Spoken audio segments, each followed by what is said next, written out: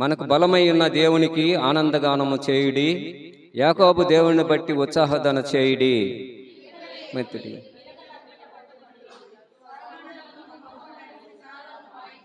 అమావాస్య నాడు కొమ్ము ఊదుడి, మనము పండుగ ఆచరించు దినమగు పున్నమి నాడు కొమ్ము ఊదుడి.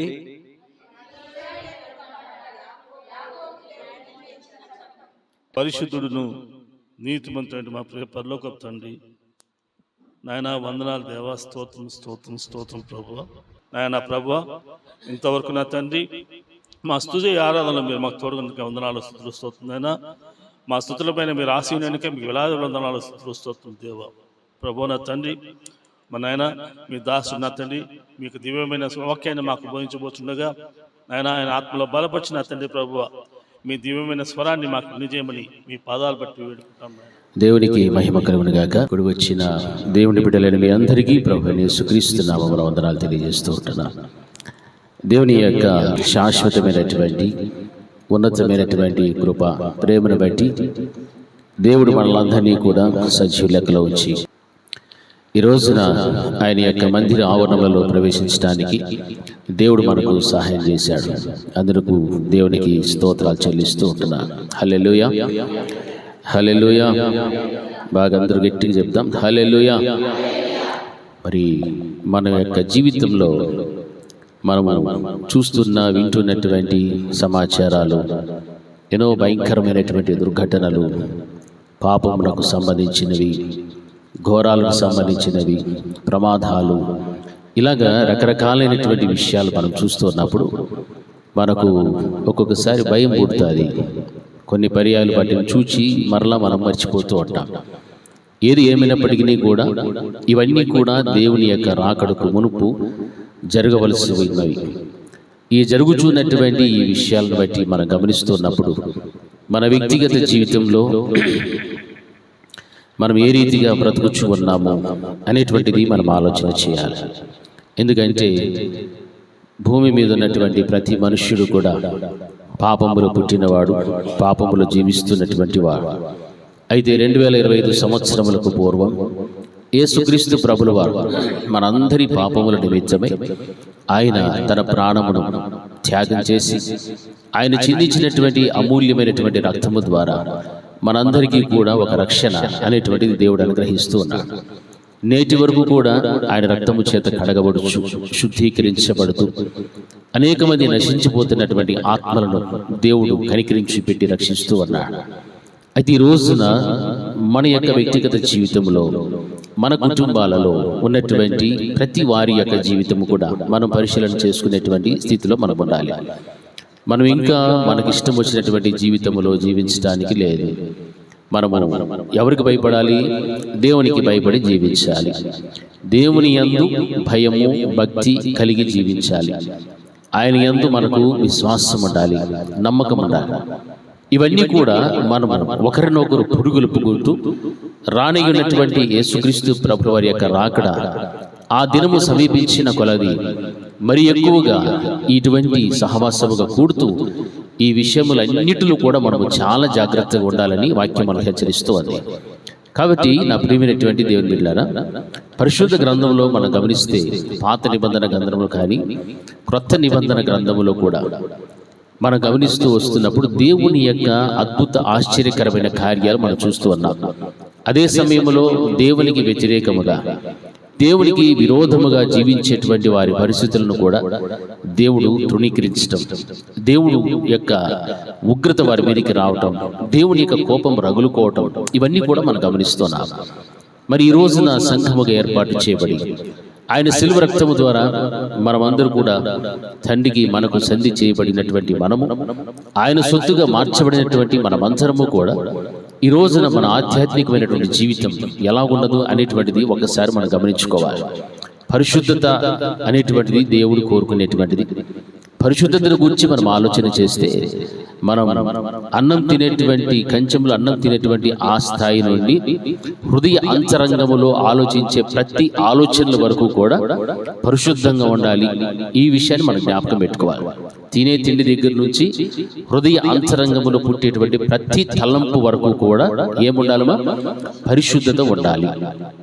మనం ఏమై ఉన్నామో అని ఆలోచన చేసుకొని మరొకరితో మనము వాదించుకోవడమో, లేకపోతే మరొకరితో మనము సలహాలు, లేకపోతే మరొకరితో మాట్లాడుకోవడం, వీటికంటే కూడా మనం నెమ్మదిగా ఏం చేయాలి, మన గదిలోనికి వెళ్ళి రహస్యమందున తండ్రికి తలుపేసుకొని నిన్ను నువ్వు పరిశీలన చేసుకో, పరీక్ష చేసుకో. నీవు ఏమై ఉన్నావో అనేటువంటిది దేవుడు నీతో మాట్లాడతాడు. నువ్వు ఎలాంటి జీవితంలో జీవిస్తున్నావో దేవుడు నీకు ఎత్తి చూపెడతాడు. ఇవన్నీ కూడా పరిశుద్ధ గ్రంథంలో వ్రాయబడి ఉన్నవి. కాబట్టి దేవుడు కోరుకునేటువంటిది పరిశుద్ధత. ఆ పరిశుద్ధమైనటువంటి జీవితం నీకు నాకు ఉంటేనే ఒక రోజున త్వరలో రానినటువంటి ఆ యేసుక్రీస్తు ప్రభుల వారి రాకడలో మనమందరము కూడా ఎత్తబడటానికి దేవుడు మనకు అనుమతిని ఇవ్వగలుగుతాడు. ఆ అనుమతి మనం పొందుకోవాలి అంటే ఇందాక చెప్పినట్టుగా తినే కంచములో తినేటువంటి ఆహారం మొదలుకొని హృదయ అంతరంగములో పుట్టే ప్రతి తలంపు, ఉద్దేశము, ఆలోచనల వరకు కూడా ఎలా బ్రతకాల? పరిశుద్ధంగా బ్రతకాలి. ఈ విధమైనటువంటి పరిశుద్ధత కలిగి జీవిస్తూ ఉన్నాము, లేకపోతే జీవించడానికి ప్రయత్నం చేస్తాము అనేటువంటి విషయాలు మనం ఆలోచన చేయాలి. ఎందుకంటే ఇంకా ప్రయత్నము చేస్తాము అంటే మనం ఇంకా ఆ పరిశుద్ధతలోనికి రాకపోయి ఉండొచ్చు. ఆ పరిశుద్ధమైనటువంటి జీవితమును జీవించలేని పరిస్థితిలో మనం ఉండొచ్చు. అయితే దేవుడు నేడో రేపో ఆయన రాకడ ఎవరికి కూడా తెలియదు. ఆయన వచ్చేటువంటి సమయాన్ని గురించి ఏమని బోధిస్తుంది వాక్యం మనకు? ఆయన ఎలాగొస్తాడమా? దొంగ వలె వస్తాడు. దొంగ మన ఇంటికి చెప్పిరాడు.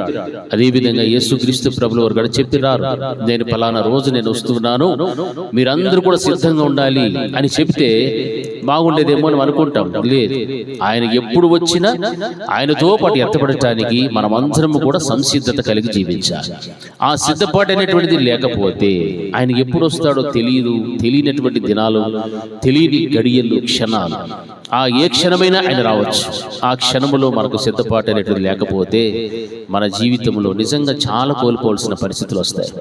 సిద్ధపాటు లేకపోవడానికి గల కారణం ఏమిటి అని మనం ఆలోచన చేస్తే ఎన్నో ఎన్నో ఎన్నో ఎన్నో ఉన్నాయి. వీటన్నిటికీ ఒక్కటి ఆన్సర్ ఏమిటంటే పాపం. హల్లెలూయా. పాపం. నువ్వు ఎన్ని ఐహిక విచారములను బట్టి కానీ, నీ శారీరక బలహీనతలను బట్టి కానీ, లోకాన్ని బట్టి కానీ, లేకపోతే మరొకటి దేని చేత అయితే నీవు ఆకర్షించబడిపోతూ నీవు దేవుని దృష్టికి తగినటువంటి పరిశుద్ధతను నీవు కలిగి జీవించలేకుండా ఎప్పుడైతే పడిపోయిన స్థితిలోనే నీవు అలాగే ముందుకు వెలుచు ఉంటావో ఆ పడిపోయినటువంటి స్థితిని బట్టి పాపములోని ఉన్నావు అని అర్థమవుతారు. పాపము వలన వచ్చు జీతము మరణము. అది ఏ మరణం? అది నిత్య నరకము. హల్లెలూయా. నిత్య నరకానికి వెళ్ళటానికి అయితే మనం ఇక్కడికి రావటం లేదు. మనం అందరం కూడా ఇక్కడ ఎందుకు వస్తున్నామంటే నిత్య జీవమును సంపాదించుకోవడం కొరకే మనం వస్తున్నాం తప్ప నరకములో మనం వెళ్ళటానికి, మన కుటుంబాలు నరకములో తీసుకువెళ్ళి వేయటానికి అయితే మనం ఇక్కడికి రాలేదు. దేవుడు మనందరినీ ప్రేమించి ఒక కుటుంబాన్ని ఇచ్చాడు, బిడ్డల్ని ఇచ్చినాడు, భర్తనిచ్చినాడు, భార్యనిచ్చినాడు.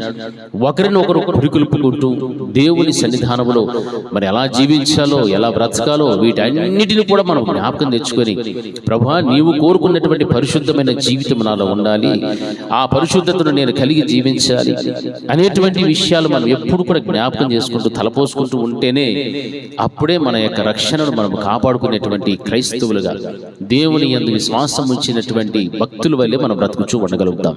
అందుకే పాపము అనేటువంటి దానిని మనం ఏం చేయాలి? మొదట విసర్జించాలి అని వాక్యం బోధిస్తారు. హల్లెలూయా. చూడండి, అపోస్తులుడైన పౌలు గారు హెబ్రీ సంఘానికి ఒక మాట రాస్తున్నాడు. పాపములో గనక కొనసాగితే, ఆ పాపము జీవితంలోనే గనక కొనసాగితే దానివల్ల వచ్చేటువంటి పరిణామాలు ఎలా ఉంటాయి అనేటువంటి విషయాలు మనం గమనిస్తున్నప్పుడు ఆ యొక్క హెబ్రీ పత్రిక 10వ అధ్యాయం 26 నుండి 31 వచనం వరకు ఉన్నటువంటి విషయాలు గమనించాలి.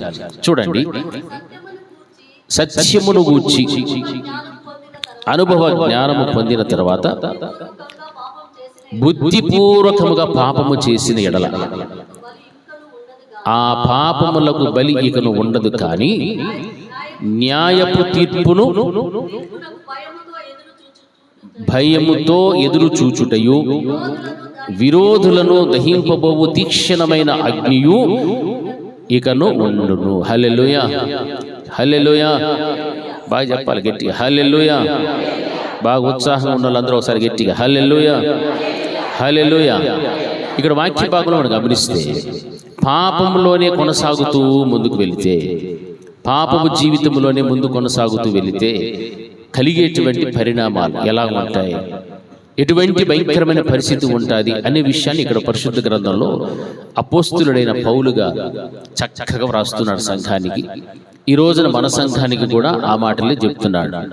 ఈ వాక్యములు మనం చూస్తే సత్యమును గూర్చి అనుభవ జ్ఞానము పొందిన తరువాత, సత్యముననగా దేవుని వాక్యం, ఈ దేవుని వాక్యమును గూర్చి అనుభవ జ్ఞానము పొందిన తర్వాత, అంటే వాక్యం ఏమి చెబుతున్నారో మనకు తెలుసు, ఆ వాక్యమును అర్థం చేసుకునే మనస్సు మనకుంది, ఆ వాక్యానుసారంగా నడవాలనేటువంటి జ్ఞానము మనకుంది, దాన్ని గ్రహించే శక్తి మనకుంది. అయితే ఇటువంటి అనుభవంలో మనం ఉన్నప్పుడు, సత్యమును గూర్చినటువంటి అనుభవ జ్ఞానము పొందుకున్న తర్వాత బుద్ధిపూర్వకముగా పాపము చేసిన ఎడల, హల్లెలూయా, ఎలా పాపం చేస్తున్నారమ్మా? బుద్ధిపూర్వకముగా అంటే తెలిసి మనం పాపం చేయడం, తెలిసి మన బుద్ధిని ఆధారం చేసుకొని, మన స్వబుద్ధిని ఆధారం చేసుకొని పాపము చేసిన ఎడల అని చెబుతూ అక్కడ ఏమున్నాడంటే, ఆ పాపములకు ఏముండదంటే బలి ఇకను ఉండదు. హల్లెలూయా. మన ప్రభులు వారు మన కోసం ఏమయ్యాడు? బలి పశువుగా మారాడు. బలి పశువుగా మారి ఆయన పాపపు బంధకములలో నుండి మనల్ని ఏం చేసుకున్నాడు? రక్షించాడు. పాపపు ఊబిలో నుండి మనల్ని పైకి లేవనెత్తాడు. అంత ఉన్నతమైనటువంటి కార్యాలను చేసినటువంటి ఆ దేవుడు 2025 సంవత్సరములకు పూర్వం అంత గొప్ప త్యాగాన్ని చేస్తే, ఈ రోజు ఇంకనూ కూడా పాపములు జీవిస్తున్న వారు అనేక మంది ఉన్నారు. వారి కొరకు కూడా ప్రభులు వారి రక్తం చిందిస్తూ ఉన్నారు. అయితే వాక్యం ఏమంటుందంటే, సత్యమును గూర్చిన అనుభవ జ్ఞానము పొందిన తర్వాత, హల్లెలూయా, హల్లెలూయా, అంటే దేవుని వాక్యమును గూర్చి అనుభవ జ్ఞానము పొందుకున్న తర్వాత ఎప్పుడు వస్తుంది ఈ అనుభవ జ్ఞానము?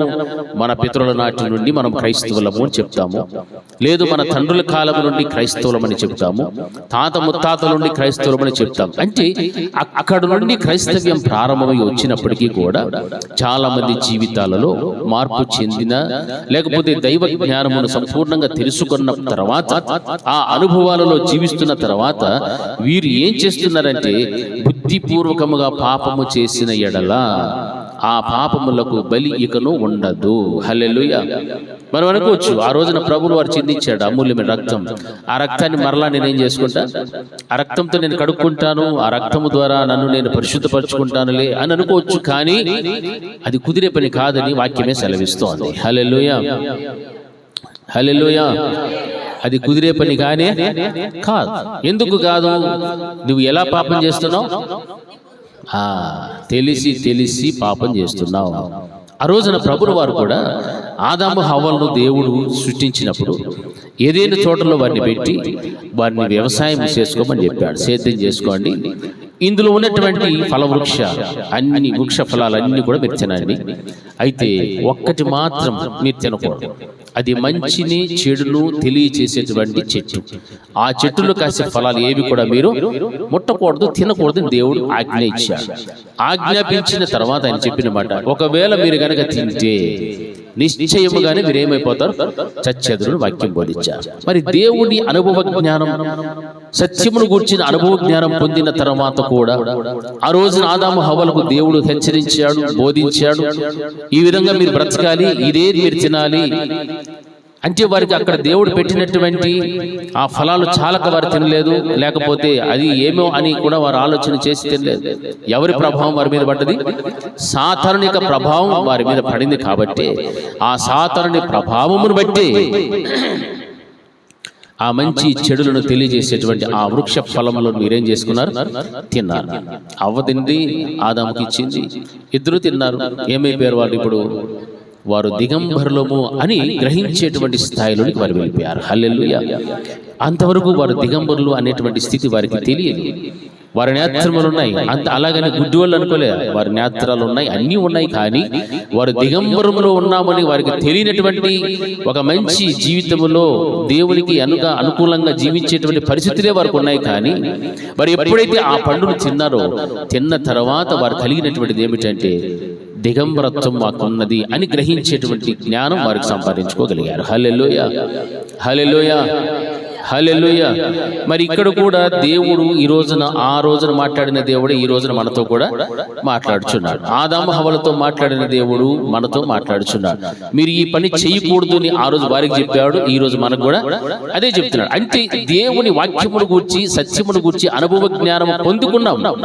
దేవుడి విధంగా చెప్తున్నాడు, ఆ మాటలను మనం అనుసరించి జీవించాలి, యథార్థంగా ప్రవర్తించాలి అని దేవుడు అన్ని కూడా మనకు స్పష్టంగా చెప్తున్నప్పటికీ కూడా ఆ స్పష్టత లేనటువంటి విధముగా విన్నట్టుగా తెలిసి కూడా ఇది పాపము, ఇది చేస్తే పాపం, ఇది చేస్తే దీని వల్ల మరణము, దీన్ని బట్టి మనం ఏమైపోతున్నామంటే దేవునిని తిరస్కరించిన వాళ్ళము, దేవుని ఆజ్ఞలను విడిచిపెట్టి తిరిగిన వాళ్ళము అని తెలిసినప్పటికీ కూడా ఈ రోజున మనుషుడు ఏమవుతున్నాడంటే సులువుగా పాపములోనికి పడిపోతూ ఉన్నాడు. పాపము చేయటానికి అడుగు వేస్తున్నాడు, పాపము చేయటానికి ఇష్టపడుతున్నాడు.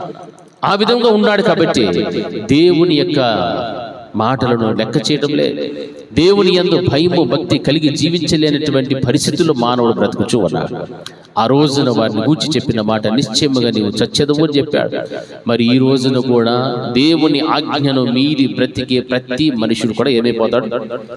ఆత్మీయతలో చచ్చిపోతాడు. హల్లెలూయా. శారీరకంగా బ్రతికి ఉండొచ్చు, శారీరకంగా మనుషులకు కనిపించుకోవచ్చు, నేను పరిశుద్ధుడను పరిశుద్ధురాలను, నాకు మించిన వారు లేరు అని చెప్పుకునే విధంగా కనపరుచుకోవచ్చు. కానీ హృదయ అంతరంగమును చూచే దేవుడు నీ ఆధ్యాత్మికమైన జీవితమును పరిశీలించుకున్నప్పుడు నీకు కూడా అర్థమయ్యేటువంటిది ఏమిటంటే ఆత్మీయతలో ఏమైపోయాను, చచ్చిపోయాను నేను అనేటువంటి విషయాన్ని గ్రహించాలి. అయితే వాక్యం అదే సెలవిస్తుంది. సత్యమును గూర్చి అనుభవ జ్ఞానము పొందిన తర్వాత బుద్ధిపూర్వకముగా పాపము చేసిన ఆ పాపములకు బలి ఇకను ఉండదు. ఇక ఆ పాపానికి బలి లేదు అని అంటే ఇక దాని అర్థం ఏమి? వీడు ఎక్కడికి పోతాడు? నేరుగా నరకానికే పోతాడు. హల్లెలూయా. ఎక్కడికి పోతాడమ్మా? నరకానికి తప్ప పరలోకానికి పోయేటువంటి అవకాశం వీడికి లేనే లేదు. మరి పరలోకానికి వెళ్ళటానికి మరలా మందిరానికి వస్తాడు, మోకాళ్ళు వేస్తారు, ప్రార్థన చేస్తారు, అన్నీ చేస్తారు. కానీ వాడు చేసిన పాపములు ఎటువంటివి అంటే బుద్ధిపూర్వకముగా చేసినటువంటి పాపములు. హల్లెలూయా. అందుకే సంఘములో గింజలు ఉన్నాయి, పొట్టు కూడా ఉన్నది. హల్లెలూయా. హల్లెలూయా. గురుగులు ఉన్నాయి, గోధుమలు కూడా ఉన్నాయి. ఒక కాలం అనేటువంటిది వస్తుంది కదా, కోతకాలం వస్తుంది. ఆ కోతకాలం వచ్చినప్పుడు గురుగులు గోధుమలు అన్నీ ఏమవుతాయి? వేరుపరచబడతాయి. మేకలు గొర్రెలు వేరుపరచబడినట్లుగా గురుగులు గోధుమలు వేరుపరచబడినట్లుగా పరిశుద్ధులు పాపులు కూడా వేరుపరచబడతారు. హల్లెలూయా. అయితే సంఘంలో ఈరోజు చూస్తే కొన్ని వేల మంది ఉంటారు, లక్షల మంది ఉంటారు. అంతమందిలో గింజలెన్నో, పొట్టెంతో, గురుగులు ఎన్నో, గోధుమలు ఎన్నో, పాపులు ఎంతమందో, పరిశుద్ధులు ఎంతమందో ఎవరికి తెలియదు లెక్క. ఎందుకంటే మనిషి ఎంతవరకు చూస్తాడు? ఒక మనిషిని పై స్వరూపాన్ని మాత్రమే చూస్తాడు, వాని మాటలను చూస్తాడు, అంతవరకే తెలుసు. కానీ దేవుడు దేని గమనిస్తాడు? హృదయపూర్వకముగా మనము చేసే పాపములన్నిటిని కూడా దేవుడు చూచేటువంటి వాడు. హల్లెలూయా. అందుకే బుద్ధిపూర్వకంగా నువ్వు పాపం చేస్తే ఆ పాపమునకు ఏమి లేదు, ఇంకా నీకు బలి లేదంటే ఇంక నీకు రక్షణే లేదు, నీకు ఇంకా పాపానికి ప్రాయశ్చిత్తం లేదు, పరిహారం అనేటువంటిది లేదు, పోగొట్టేసుకున్నావు దాని అర్థం. మరి బుద్ధిపూర్వకంగా చేసేటువంటి ఈ పాపమును బట్టి నువ్వు ఏం పోగొట్టుకున్నావు? నిత్య జీవాన్నే పోగొట్టేసుకున్నావు. బుద్ధిపూర్వకంగా చేసే పాపం, బుద్ధిపూర్వకంగా చేసేటువంటి పాపమును బట్టి పరలోకాన్ని పోగొట్టేసుకున్నావు, దానికి ఇక బలి లేదు అని వాక్యం ద్వారా హెచ్చరిస్తున్నాడు. అందుకే అటువంటి వారు చేయాల్సినటువంటి కార్యం ఏమిటిదంటే న్యాయపు తీర్పునకు భయముతో ఎదురు చూచుటయు విరోధులను దహింపబోవు తీక్షణమైన అగ్నియు ఇక ఉండును. వీరికి బలి లేదు, ఇంకా వీరి కొరకు మరలా యేసుక్రీస్తు ప్రభుల వారి యొక్క రక్తము చిందింపబడదు. ఆయన మరలా వీరి కోసం మరణించడం అనేటువంటిది జరగదు. ఆ జరగకపోగా వీరు వచ్చేటువంటిది ఏమిటంటే ఆ యొక్క న్యాయమైనటువంటి తీర్పునకు వీరేమేవాలా? భయముతో ఎదురు చూస్తూ ఉండటం ఒక్కటే వీరికి మిగిలేది. హల్లెలూయా. న్యాయమైనటువంటి తీర్పుకు భయముతో ఎదురు చూచుటయు విరోధులను దహింపబోవు తీక్షణమైన అగ్నియు ఇక ఉండును. అంటే ఇది నిత్య నరకము. ఆ తీర్పు ఎప్పుడు వస్తుందో అని గడగడని వణుకుచూ ఉండాలి. భూమి మీద బ్రతికినంత కాలం ఒకవేళ సుఖంగా ఉండొచ్చులేమో, ఆ తర్వాత ఈ ఆత్మ ఎందులో పడవేయబడుతుంది?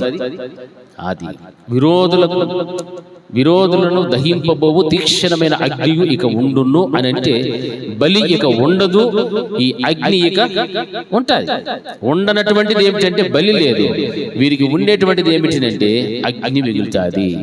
అంటే అది శ్రమతో కూడినటువంటిది, నరకం, బాధ, వేదన ఇన్ని ఎదుర్కోవాల్సిన పరిస్థితులు వస్తాయి. ఎప్పుడు అనంటే బుద్ధిపూర్వకముగా పాపము చేసేటువంటి ఆ స్థితి ఎవరిలైతే ఉంటుందో ఆ స్థితిని బట్టి వారికి దేవుడు ముందుగానే ఇవన్నీ కూడా నిర్ణయించి పెట్టాడు. హల్లెలూయా, హల్లెలూయా. అర్థమైన ఒకసారి గట్టిగా చెప్పండి హల్లెలూయా. అర్థం కాని ఒకసారి హల్లెలూయా. అర్థం కాని వాళ్ళు కూడా ఇద్దరు ఉన్నారు. అర్థమైన వాళ్ళందరూ కూడా ఏం చేయాలి? ఇంకా బుద్ధిపూర్వకంగా పాపం చేసింటే ఏమి లేదని, బలి లేదు, వారికి ఏం మిగిలేది? అగ్గే మిగిలేది. హల్లెలూయా. బలి లేదు, అగ్ని. బలి అనేటువంటిది మనకు చాలా అవసరం. ఆ బలి ఇచ్చాడు కాబట్టి, బలిగా మారాడు కాబట్టి ఈ రోజున నువ్వు నేను ఏడున్నాము.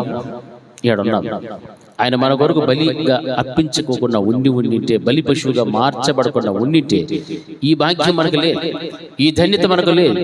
తెలిసి కూడా బుద్ధిపూర్వకంగా నీవు పాపము చేస్తూ ఉన్నావంటే నీకు బలి లేదు, కానీ మిగిలేటువంటిది ఏమిటంటే అగ్ని ఒక్కటే మిగిలి ఉన్నది వాక్యం హెచ్చరిస్తోంది. ఎవడైనను మోషే ధర్మశాస్త్రమును నిరాకరించిన ఎడల 2-3 సాక్షుల మాట మీద కనికరింపకుండా వానిని ఏం చేస్తారు? చంపించుదురు. ఎంత భయంకరంగా ఉంది చూడండి. మనం అనుకుంటాం క్రైస్తవ్యం అంటే చాలా సులువు, మందిరానికి పోతే ఏమో వచ్చేస్తుంది, బంగారం వస్తుంది, మేళ్ళు కలుగుతాయి, రోగాలు పోతాయి, అవి పోతాయి. ఇవి కాదు, ఇవన్నీ పక్కన పెట్టాలి. మన మందిరానికి ఎందుకు రావాలి? ఎందుకోసం రావాలి అంటే నీ కోసం, నీ ఆత్మీయ జీవితం కోసం, నీవు పరలోకం చేరడం కోసం నీవు మందిరానికి రావాలి. కానీ మందిరాన్ని ఒక హాస్పిటల్ లాగా ఉపయోగించుకోకూడదు. హల్లెలూయా. మందిరము చాలా మంది దృష్టికి ఎలాగుంటుంది? హాస్పిటల్కి పోతే డాక్టర్ డబ్బులు తీసుకొని సూదేసి మందులు వేస్తాడు. వీటికి వస్తే ఫ్రీ, ఆల్ ఫ్రీ, అంతే కదా? ఆల్ ఫ్రీ తీసుకొని మందు లేదు, మాకు లేదు, షేకు లేదు, ఏమీ లేదు. హల్లెలూయా. అంతా కూడా ఉచితముగా ఏం పొందుకుంటారు? ఇక్కడ స్వస్థత పొందుకొని వెళ్ళిపోతారు. హల్లెలూయా, హల్లెలూయా, హల్లెలూయా. సజీవుడైన దేవుని సన్నిధిలో ఉన్నప్పుడు మౌనం పాటించద్దండి. ఎట్లా ఉండాలా? ఉజ్జీవంగా, ఉత్సాహంగా దేవుని స్తుతించాలి, మహింపరచాలి. అప్పుడే కదా బొర్రలేకపోతుంది ఆయన మాటలు. ఏమో ఎవరి కోసం చెప్తా ఉన్నాడు, ఏమో ఇది నాకేనా, లేకపోతే నా వెనకాల వాళ్ళకే, నా ముందర వాళ్ళకే, నా పక్కన వాడికే, లేకపోతే ఇంకెవరికో, నాకు కాదులే అని అనుకోని కూర్చోకూడదు. ఎవరికి ఈ మాటలు? నాకు. హల్లెలూయా. ఈ మాటలు ఎవరికి?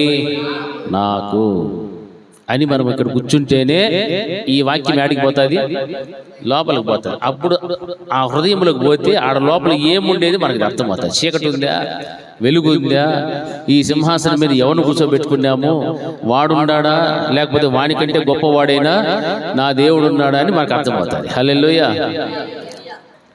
లోకంలో ఉన్నవాని కంటే నాలో ఉన్నవాడు గొప్పవాడు అని మనం గ్రహిస్తూ మన హృదయాన్ని పరిశుద్ధం చేసుకొని మన హృదయ సింహాసనం మీద ఆయనకు గనక స్థానమిస్తే మనము పాపము జోలికి పోం, బుద్ధిపూర్వకంగా పాపము చెయ్యం. ఇక చేయకపోతే మనం ఎలా ఉన్నట్లు? పరిశుద్ధులుగానే బ్రతుకుచూ ఉన్నట్టు లెక్క. హల్లెలూయా. మనం బుద్ధిపూర్వకంగా పాపం చేస్తూ ఉంటే బలి లేదు, దానికి బదులుగా ఏం ముచ్చాడు దేవుడు? అగ్ని పెట్టాడు. హల్లెలూయా. అగ్ని కావాలంటే బుద్ధిపూర్వకంగా చేసుకోవచ్చు. లేదు నాకు బలి కావాలి, లేకపోతే ఆ బలి ద్వారా వచ్చినటువంటి రక్షణే నాకు కావాలి అని అనుకుంటామో బుద్ధిపూర్వకంగా మనం ఏం చేయకూడదు? పాపము చేయకూడదు. హల్లెలూయా. అందుకే మోషే ధర్మశాస్త్రమును ఎవడైనా నిరాకరించిన ఎడల 2-3 సాక్షుల మాట మీద కనికరింపకుండా వాడిని ఏం చేసేమన్నాడు? చంపేమని చెప్తాడు. చంపేస్తారు. మోషే ధర్మశాస్త్రం అంత కఠినమైనటువంటిది, కంటికి కన్ను పంటికి పన్ను అన్నట్టుగా ఉంటుంది. ఆ విధంగా దేవుడు వాళ్ళకి పెట్టలే. క్రొత్త నిబంధన కాలంలో మనం వచ్చిన తర్వాత ఈ తరములో మనం ఉన్నామంటే చాలా చాలా అదృష్టవంతులు. మనం ధన్యులు. ఈ ధన్యత్వాన్ని మనకు ఇచ్చింది ఎవరునంటే ఆ యేసుక్రీస్తు ప్రభుల వారు. ఆ ధన్యతను కనుక ఈ రోజు కనుక పోగొట్టుకుంటేమో ఇక మనకు ఏం పోగొట్టుకున్నట్లు? పరలోకమే పోయినట్టు. హల్లెలూయా. అందుకే వాక్యం ఏమంటుందంటే, ఇట్లుండగా దేవుని కుమారుని పాదములతో త్రొక్కి తాను పరిశుద్ధ పరచబడుటకు సాధనమైన నిబంధన రక్తమును అపవిత్రమైనదిగా ఎంచి కృపకు మూలమగు ఆత్మను తిరస్కరించిన వాడు ఎంత ఎక్కువైన దండనకు పాత్రుడుగా ఎంచబడునని మీకు తోచును. హల్లెలూయా, హల్లెలూయా. దేవుని కుమారుణ్ణి ఏం చేస్తున్నారు? పాదములతో త్రొక్కి. దేవుని కుమారుడు అనగా యేసుక్రీస్తు ప్రభుల వారు. ఆయనే మన కొరకు ప్రాణం పెట్టి రక్తాన్ని చిందించి తన శరీరం అంతా గాయములు ఏర్పడి ఆ గాయముల ద్వారా మనకు స్వస్థత, రక్తము ద్వారా మనకు రక్షణ ఇన్ని ఇచ్చినటువంటి ఆ దేవుని ఈ రోజున ఆ యొక్క సత్యమును గూర్చిన అనుభవ జ్ఞానము పొందిన తర్వాత బుద్ధిపూర్వకంగా పాపము చేసినటువంటి కారణాన్ని బట్టి ఆ మనుషుడు ఏం చేస్తున్నాడంటే, దేవుని యొక్క కుమారుణ్ణే అనగా యేసుక్రీస్తు ప్రభుల వారినే, ఆ త్యాగమూర్తినే ఏం చేస్తున్నాడంటే పాదములతో త్రొక్కి తాను పరిశుద్ధ పరచబడుటకు సాధనమైన నిబంధన రక్తమును అపవిత్రమైనదిగా ఎంచి. హల్లెలూయా, హల్లెలూయా. ఆ నిబంధన రక్తమును కూడా తిరస్కరిస్తూ ఉన్నారు. ఆ నిబంధన రక్తమును తిరస్కరించి అపవిత్రమైనదిగా ఎంచి దేవుని యొక్క కుమారుణ్ణి పాదముల కింద వేసి తొక్కి ఇలా చేస్తూ ఉన్నారు అంటే వీడు ఏం చేశాడనంటే బుద్ధిపూర్వకముగా వీడు పాపము చేస్తూ ఉన్నాడు. హల్లెలూయా, హల్లెలూయా. బుద్ధిపూర్వకంగా పాపం చేస్తున్నాడు. ఇక వీరికి బలి లేదు, కానీ వీరికి మిగిలిందంటే అగ్నే. అందుకే అటువంటి వాడిని గురించి అంటున్నాడు, కృపకు మూలమైనటువంటి ఆత్మను కూడా తిరస్కరించి మొదట కుమారుని పాదములతో దొరికాడు. రెండవది అక్కడ పరిశుద్ధపరచబడటానికి సాధనమైన నిబంధన రక్తమును అపవిత్రముగా ఎంచి కృపకు మూలమైనటువంటి ఆత్మను కూడా తిరస్కరించినటువంటి వాడు ఎంత ఎక్కువైన దండనకు పాత్రుడుగా ఎంచబడునని మీకు తోచును. ఈ మూడు విషయాల్లో కూడా చాలా మంది దానికి భిన్నంగా జీవిస్తూ ఉన్నారు. యేసుక్రీస్తు ప్రభువు వారిని పాదముల కింద తొక్కుతూ ఉన్నారు. ఆయన యొక్క నిబంధన రక్తమును ఏం చేస్తున్నారంటే అపవిత్రంగా ఎంచుతూ ఉన్నారు. అంతేకాదు కానీ కృపకు మూలమైనటువంటి దేవుని యొక్క ఆత్మను కూడా ఏం చేస్తున్నారు? వారు తిరస్కరించిన వాడు. ఇటువంటి వారికి ఎంత ఎక్కువైన దండన ఆ దండనకు పాత్రుడగునో మీకు తోచును. హల్లెలూయా, హల్లెలూయా. ఎంత ఎక్కువైన దండనకు వీడు పాత్రుడని ఎంచబడతాడో మీకు తోస్తాది. బాగా అర్థం చేసుకోవాలి. ఇవన్నీ కూడా దేనిని బట్టి వచ్చాయి? బుద్ధిపూర్వకంగా నీవు చేసేటువంటి పాపమును బట్టి ఈ విధమైన క్రియలు నీ జీవితంలో ఉన్నాయి. కుమారుడైనటువంటి యేసుక్రీస్తు ప్రభుల వారిని నీవు తొక్కేశావు. నిబంధన రక్తమును అపవిత్రపరిచావు.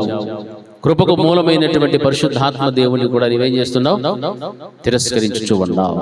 ఈ మూడు కార్యాలు కనుక చేస్తే నీకు ఎంత గొప్ప దండన ఉంటుందో ఆ దండనకు నీవు ఎంచబడతావు. ఒక్కసారి నిన్ను నీవు పరిశీలన చేసుకోవాలి.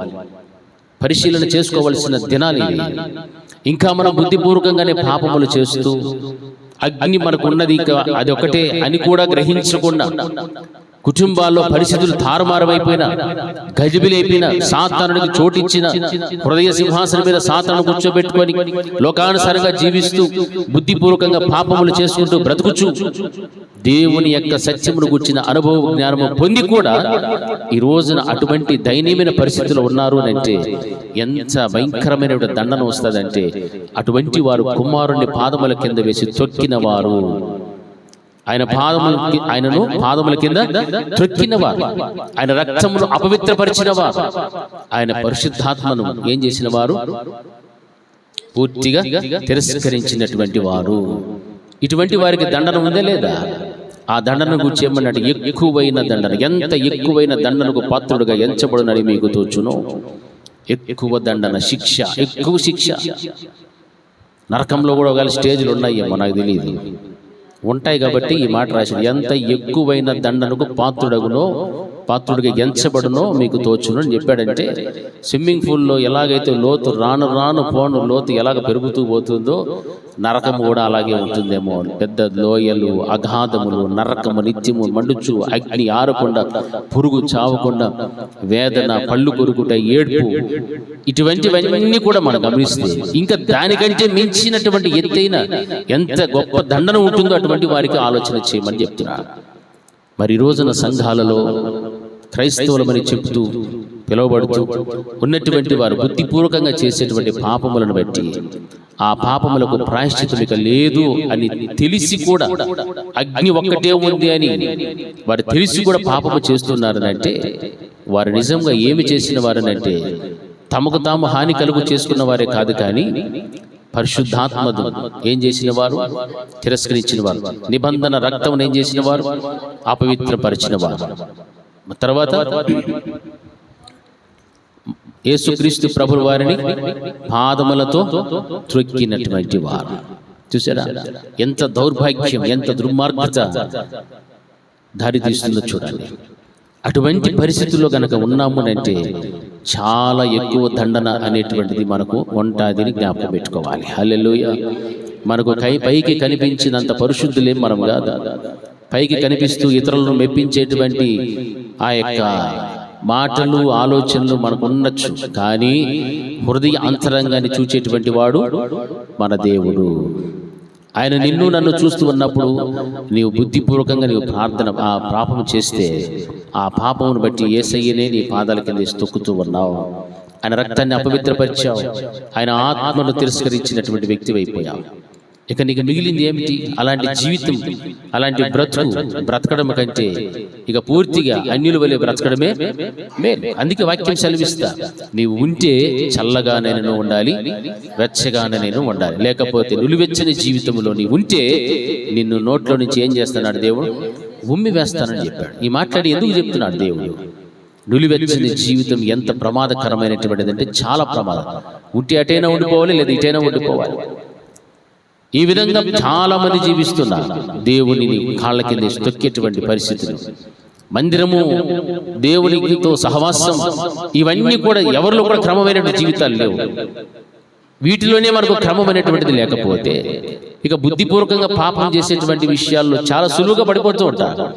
నీకు మొదట క్రమశిక్షణ అనేటువంటిది లేదు దేవుని విషయంలోనంటే లోక విషయాలు నువ్వు చాలా పరుగులు తీస్తూ వెళ్ళిపోతుంటావు. లోకంలో నువ్వు జీవించడానికి ఇష్టపడతావు, లోకంలో ఉన్న కార్యక్రమాలకు నువ్వు సమయానికి వెళ్ళిపోతావు, కానీ దేవుని మందిరానికి మాత్రం సమయానికి రానే రారు. మరి ఇటువంటి వారికి కూడా ఏం చేసినట్లు? ఆజ్ఞ అతిక్రమము పాపము, పాపము వలన వచ్చే జీతము మరణముని వాక్యం బోధిస్తే ఆ రోజున ఆదాము హవ్వలు ఆజ్ఞని మీరారు, పాపం చేశారు, దానివల్ల వచ్చింది మరణం. చచ్చారు, నిశ్చయంగా చచ్చదు అని చెప్పాడు. చచ్చారు ఆత్మీయంగా. మేము దిగంబరులం అయిపోయామని తెలుసుకున్నాం. మరి ఈ రోజున కూడా సంఘాలలో దైవుని యొక్క సత్యమును గుర్చిన అనుభవ జ్ఞానం పొందిన తర్వాత కూడా బుద్ధిపూర్వకముగా చేసే పాపము. హల్లెలూయా. బుద్ధిపూర్వకంగా మనకు తెలుసు 9:30 గంటలకు మనకు ఆరాధన అని తెలుసు. బుద్ధిపూర్వకంగా మనం ఎన్ని గంటలకు వస్తాము? 10:30కు వస్తాము, 10కి వస్తాము, 11కు వస్తాము, 11:30కు వస్తాము, లాస్ట్లో ఆమె నైట్ కూడా వస్తాము. సినిమా థియేటర్కి పోతే 10 గంటలకు టికెట్లు అంటే 9 గంటలకు క్యూలో పోయి నిలబడుకొని ఉంటాం. ఎందుకు? టికెట్ దొరుకుతుందో దొరకదు. అవునా కదా? ప్రారంభంలో పేర్లు పడినప్పటి నుంచి లాస్ట్లో శుభం పడేంత వరకు కూడా ఏమంటారా? మీరెవరు పోయినట్లే సినిమాలకి? పోయిండారా లేదా? మీ కథలు నాకు అన్నీ తెలుసు. రాత్రుల్లో సెకండ్ షోకి సంఖలో బిడ్డ చేతిలో బిడ్డ వేసుకొని ఎగబడి పరిగెత్తబోయి టికెట్లు లేకుండా పడి సచ్చి తొక్కిసలాట చూసిన వల్ల కాదా? ఏమో అక్క గట్టిగా చెప్తే కదా మాకు అర్థమైంది. నానికైనా సంఖలో అర్థమైందని చెప్తాను. హల్లెలూయా, హల్లెలూయా. చేతులు ఏమైనా? హల్లెలూయా, హల్లెలూయా. అట్లాంటి విషయాలకు మనకేముంటుంది? సమయ పాలన ఉంటుంది మనకి. దేవుని విషయంలో మాత్రం మనకేముండదు? చెప్తారే మనుషుడు. అది చెప్తే కదా ఆన్సర్. సమయ పాలన గురించి మాట్లాడుతున్నాము. సమయ పాలన దేంట్లో ఉంటుంది? సీరియల్ అయితే ఏం జరిగిందో ఏం జరిగిందో వాడు ముందు చేస్తాడు, నిన్నటి చేస్తాడు ఈరోజు అని నోరు తీసుకొని చూస్తాడు. భర్త వచ్చి అన్నం పెడుదురా అంటే కూడా పెట్టుకబా అంటారు అంతే. ఏమంటే వీళ్ళు మొత్తం దాంట్లోకి ఏమైపోయింటారు, గౌతమే ఫుల్గా మునిగి తేలుతా ఉంటారు. హల్లెలూయా. సీరియల్ పిచ్చి చాలా భయంకరమైనది, ప్రమాదం అది. దాన్ని చూసే ఈ రోజున కుటుంబాలు చాలా అవుట్లో అంత టైం ఇస్తాము, మరి దేవునికి ఇవ్వాల్సిన టైం ఇవ్వాలి వద్దా? ఎంతమంది ఇస్తూ ఉంటారు? చేతులు లేలేవు ఇప్పుడు, ఎందుకంటే మనం రాము కాబట్టి. హల్లెలూయా. 100% ఇస్తారు, 100% మాత్రం మందిరానికి టయానికి వచ్చి అట్లా కూర్చొని అంటారు. లేదంటే మన ఇష్టం, ఎందుకంటే ఇది దేవుని మందిరం, ఎప్పుడైనా పోవచ్చు. డోర్లు ఎప్పుడు కూడా తీసే ఉంటాయి. ఆ పక్క సండే స్కూల్ తీసి ఉంటాడు మావాడు, ఈ పక్క నాని ఈ పక్క 3 డోర్లు తీసేసి ఉంటాడు. ఎప్పుడైనా రావచ్చు, ఎప్పుడైనా పోవచ్చు, వాళ్ళ ఇష్టం. సినిమా థియేటర్ అయితే అట్లా కాదు కదా, గేట్లు వేస్తారు. టికెట్లు కొట్టి బెల్లు కొట్టినట్టు అడిగిపోయాడు, డ్రర్ అనేదంటే అయిపోయా. అది పనికిరానటువంటిది. మరి పనికి వచ్చేటువంటిది ప్రయోజనకరమైనటువంటి దేవుని సన్నిధానంలో మాత్రము మనము సమయ పాలన అనేటువంటిది చేయడం లేదు. ముగింపు ఆశీర్వాదం వరకు కూడా మనం ఉండాలి. ఎప్పటి నుంచి? ప్రారంభపు ప్రార్థన నుండి ముగింపు ఆశీర్వాదము పొందుకొని ఇక్కడ నుండి మనం బయటికి అడుగు పెట్టాలి.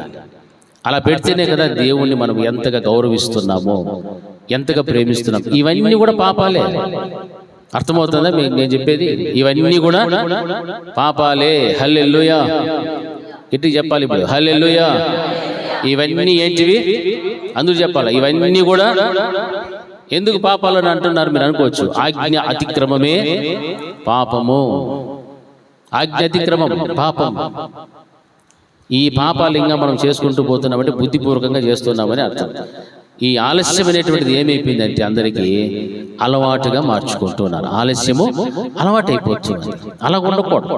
ఎప్పుడో ఒకసారి మన అనారోగ్య పరిస్థితో, లేకపోతే బస్సు లేదో, లేకపోతే ఇంకోటో ఏదైనా మనం ఆలస్యంగా వచ్చినా దానికి ఒక అర్థం ఉంది. మరి ప్రతి వారము కూడా మనం దాన్ని అలవాటుగా చేసుకొని కూర్చుంటే, ఇక్కడ మొదట నేను వచ్చి కూర్చున్నా, నా ముందర ఎవరు లేరు, ఎవరు కూర్చోరు, ఎవరు రారు. అప్పుడు ఎట్లా ఉంటుంది నాకు చెప్పండి? ఎట్లా ఉంటుంది? సంతోషం పొంగిందిన పాట వస్తుందా? ఏం పాట వస్తుంది గౌతమి? ఉన్న బుక్ చూస్తాను అంటుంది ఆ బిడ్డ. హల్లెలూయా. సంతోషం పొంగింది పాట రాదు. దుఃఖంతో కూడిన పాటలు ఏమైనా సిలువ పాటలు గుర్తొస్తాయి. ఎందుకు నన్ను సిలువేస్తాను వీళ్ళు అనుకోవాలి. యేసుస్వామిని సిలువ వేసేది కాకుండా నన్ను కూడా వీళ్ళు ఏం చేస్తూ ఉన్నారు? సిలువేస్తూ ఉంటారు. హల్లెలూయా. హల్లెలూయా. సాయంకాలంలో ప్రార్థన జరుగుతుంది కదా, బుధవారము శుక్రవారం జరుగుతుంది కదా. అప్పుడు ఒక్కోసారి ఎవరు ఉండరు. పొరపాటున ఈ వచ్చే 2 ఫ్యామిలీలు ఏడన్న పండు మీద బయట పోయారు అనుకోండి. ఎవరన్నా మన ప్రణీత్ ఫ్యామిలీ కానీ, ఎస్తేర్ వాళ్ళ ఫ్యామిలీ కానీ ఏడన్నా పోతే ఎవరు ఉండరు. మావాడు ఏడన్నా తిరుగుతూ అంటాడు, వస్తాడన్నా అంటాడు. అప్పుడు ఎవరు? నేను ఒకడే ఉంటాను. అప్పుడు నేను మళ్ళీ కిరుబాకు ఫోన్ చేసి, నువ్వన్నా రామ్మా అంట. పరిగెత్త వస్తుంది ఆ బిడ్డ. అంటే ఒక్క ఆత్మ విలువ ఎటువంటిదంటే చాలా విలువైనటువంటిది. ఆత్మల విలువ చాలా విలువ. ఒక్క ఆత్మైనా సరే వచ్చి కూర్చుంటే కానీ నాకు తృప్తి ఉండదు. అంత బాధపడతాడు. ఎందుకు? ఆత్మల పైన భారం ఉంటుంది కాబట్టి వారిని ఏదో విధంగా దేవుని మాటలు చెప్పి, వాక్యాన్ని చెప్పి వారిని బలపరుచుదామని ఆశ నాకు ఉంటుంది. అలాగే విశ్వాసాలు కూడా ఏముండాలా? ఆసక్తి ఉండాలి, ఆశ ఉండాలి. దేవుని మందిరం, దేవుని మాటలు, సహవాసం. అపోస్తుల కార్యములు ఊరికే చెప్పలే. అపోస్తుల బోధ, సహవాసము, రొట్టె, ప్రార్థన, ఇవన్నీ ఊరికే టైంపాస్కి రాసి పెట్టారా? లేదు.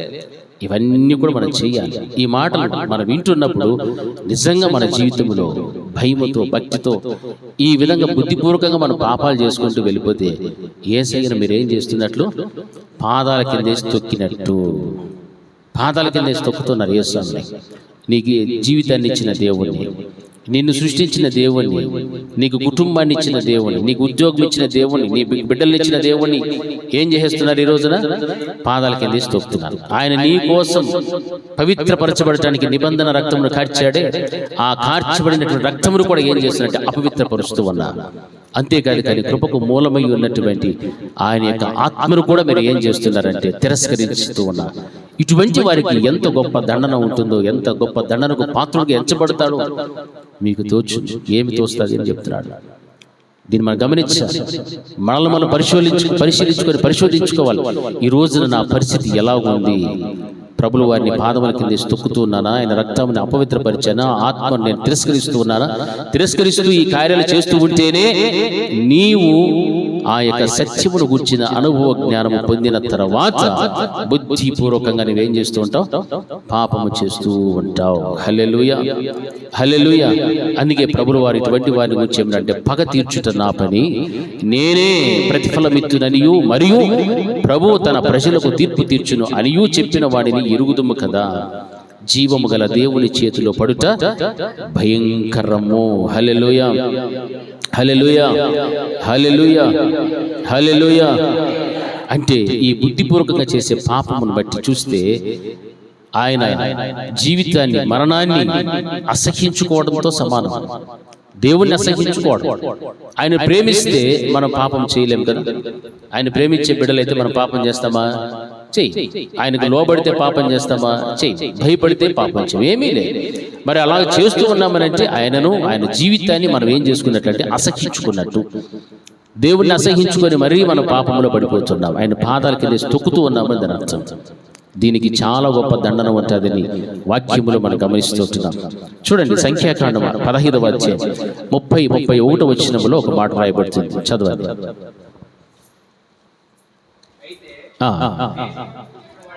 దేశమందు పుట్టినవాడే గాని పరదేశే గాని ఎవడైనను సాహసించి పాపము చేసినడల యెహోవాను తృణీకరించిన వాడగుడు గనుక అట్టివాడు నిశ్చయముగా జనులలో నుండకుండా కొట్టివేయబడును. వాడు యెహోవా మాటను అలక్ష్యము చేసి ఆయన ఆజ్ఞను మీరినందున నిశ్చయముగా కొట్టివేయబడును.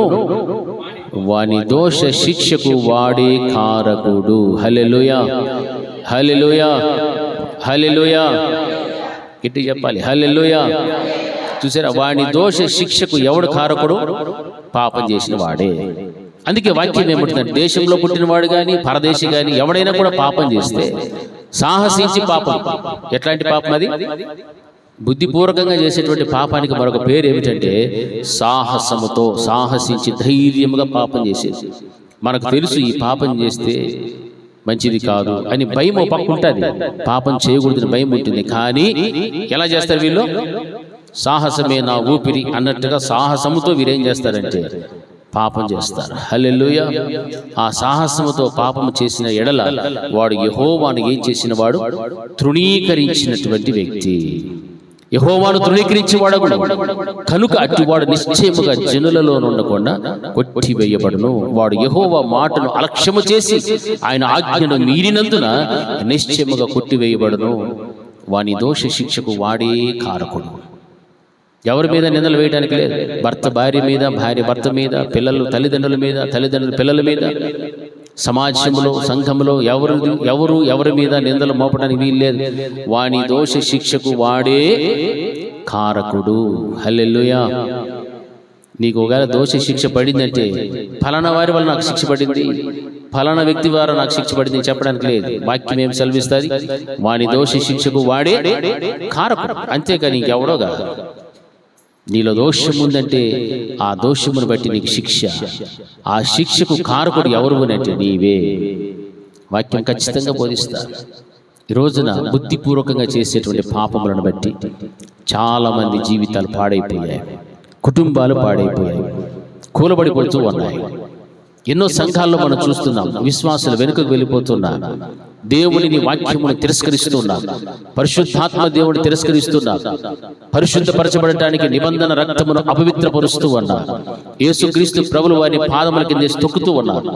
ఏం కారణమునంటే వారిలో దేవుని యొక్క సత్యమును గూర్చిన అనుభవ జ్ఞానము ఉన్నప్పటికీ కూడా బుద్ధిపూర్వకంగా వారు పాపములు చేస్తూ ఉన్నారు. కాబట్టి ఈ విధమైనటువంటి కార్యాలు, ఆలోచనలు, వారి యొక్క ప్రవర్తన మార్చబడిపోతూ ఉన్నది. రోజు రోజుకి మనము దేవునికి దగ్గర అవ్వాలి, కానీ సాతానునికి, లోకానికి దగ్గర అవ్వకూడదు. ఈ దేహమును మనం లోపరుచుకోవాలి.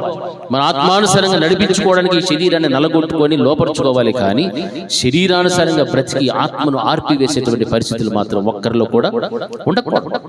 ఆత్మను కనుక నీవు ఆర్పివేస్తూ ఉన్నావంటే నీవు శరీరాన్నైనా ప్రేమిస్తూ ఉండాలి, లేదా లోకమునైనా ప్రేమిస్తూ ఉండాలి, లేకపోతే సాతానుని యొక్క ఏలుబడిలోనైనా నీవు బ్రతుకుచూ ఉండాలి. ఈ మూడిట్లో ఎక్కడో చోట పడిపోయింటావు. శరీరం కార్యాల్లోనో, లోకములోనో, సాతానుని ఏలుబడిలోనూ పడిపోయింటావు. అందుకే ఆత్మానుసారంగా జీవించలేనటువంటి పరిస్థితులు చాలా మందిలో కనిపిస్తున్నాయి. అటువంటి వారే ప్రభులు వారిని పాదముల కింద తొక్కుతూ ఆయన రక్తాన్ని అపవిత్రపరిచి పరిశుద్ధాత్మను తిరస్కరిస్తూ పాపములు చేయటానికి బుద్ధిపూర్వకంగా వారు చేసేస్తూ వెళ్ళిపోతూ ఉన్నారు. హల్లెలూయా, హల్లెలూయా. మారాలి. అటువంటి మనసులన్నీ కూడా మారాలి. ఇది ఇంకా కృపకాలమే. ఇది ఇంకా దేవుడికి సమయం ఇస్తూ ఉన్నాడు, అవకాశం ఇస్తూ ఉన్నాడు. ఈ సమయంలో కూడా నీ వృధా చేసేసుకొని నీకు ఇష్టానుసారంగా నీ బుద్ధిని ఆధారణ చేసుకొని బ్రతుకుచు, నాకెందుకు ఈ కష్టం, నాకెందుకు ఈ బాధ, నాకే ఎందుకు ఈ శోధన అని నిన్ను నీవు కృంగిపోవడం కంటే అసలు నేనేం చేస్తూ ఉన్నా, యేసయ్యను ఏమైనా పాదాల కింద తొక్కుతా ఉన్నానేమో, ఆయన రక్తాన్ని ఏమైనా అపవిత్రపరుచుకున్నానేమో, లేకపోతే ఆత్మను తిరస్కరిస్తున్నానేమో, ఒక్కసారి పరిశీలన చేసుకుని బుద్ధిపూర్వకంగా నేను పాపం చేసేస్తున్నానేమో అని ఆలోచన చేస్తే మనంతకు మనకి అర్థమైపోతుంది. నువ్వు నిజంగా అలాంటి కార్యాలు చేస్తే వెంటనే దాని నుంచి ఏమవ్వాలా? విసర్జించాలి. అయ్యో ప్రభా, నన్ను కనికరించు, నన్ను క్షమించు నాయనా, నా పాదాల కింద మిమ్మల్ని తొక్కేశాను, నీ రక్తమును అపవిత్రపరిచా, మీ ఆత్మను తిరస్కరించా. ఇవి ఏమీ లేకుండా నీ బిడ్డగా నీవిచ్చిన రక్షణ నేను పొందుకోవాలి. యోనా ప్రార్థన చేశాడు, మరలా నేను పరిశుద్ధాలయం వైపు ఆ తట్టు నేను చూడవలనని నేను చూస్తూ ఉన్నానని చెప్పాడు. మరలా పరిశుద్ధాలయం వైపు చూడాలని ఆయన ఇష్టపడుతున్నాడు. అగాధ జలములోనికి వెళ్ళిపోయిన తర్వాత ఆ శిక్షలో పడినప్పుడు ఎవరు జ్ఞాపకం వస్తున్నారు? దేవుడు జ్ఞాపకం వస్తూ ఉన్నాడు. హల్లెలూయా. నీకు దేవుడు జ్ఞాపకం ఎప్పుడు వస్తాడు? బుద్ధిపూర్వకంగా నీవు పాపము చేస్తున్నప్పటికీ కూడా నీకు దేవుడు జ్ఞాపకం రావటం లేదు అంటే నీవు ఈ పూర్తిగా ప్రభులు వారిని పాదముల కింద త్రొక్కుతూ రక్తాన్ని అపవిత్రపరుస్తూ పరిశుద్ధాత్మ దేవుణ్ణి నీవు తిరస్కరిస్తూ బ్రతుకుచూ ఉన్నావు. కాబట్టి ఆ పాపపు బ్రతుకుని బట్టి నీ జీవితంలో ఇటువంటి భయంకరమైనటువంటి కార్యాలు నువ్వు చేస్తూ ఉన్నావు. నా ప్రియమైనటువంటి సహోదరుడా, సహోదరి, ఈ రోజున దేవుడు నీతో మాట్లాడేటువంటి మాటలు ఇవి, ఇటువంటి హెచ్చరికలు మనకు అవసరం.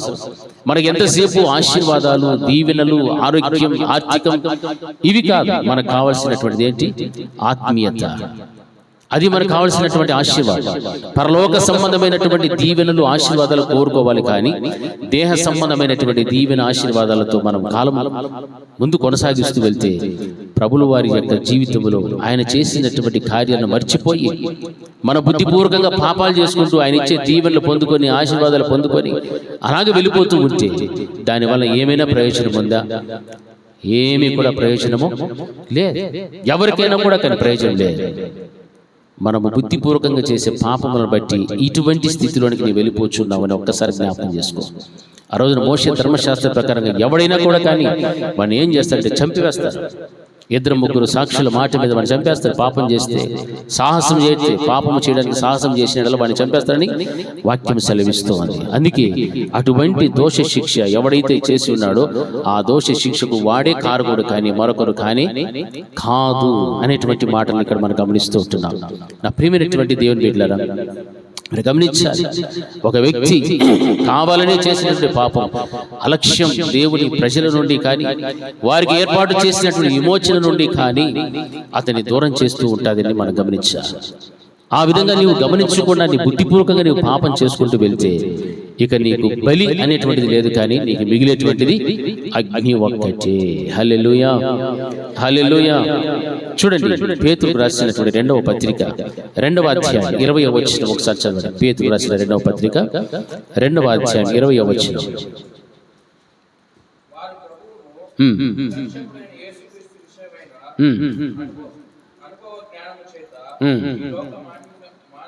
ఈ లోక మాలిన్యములను తప్పించుకొనిన తర్వాత మరలా వాటిలో చిక్కుబడి వాటి చేత జయింపబడిన ఎడల వారి కడవరి స్థితి మొదటి స్థితి కంటే మరీ చెడ్డదగును.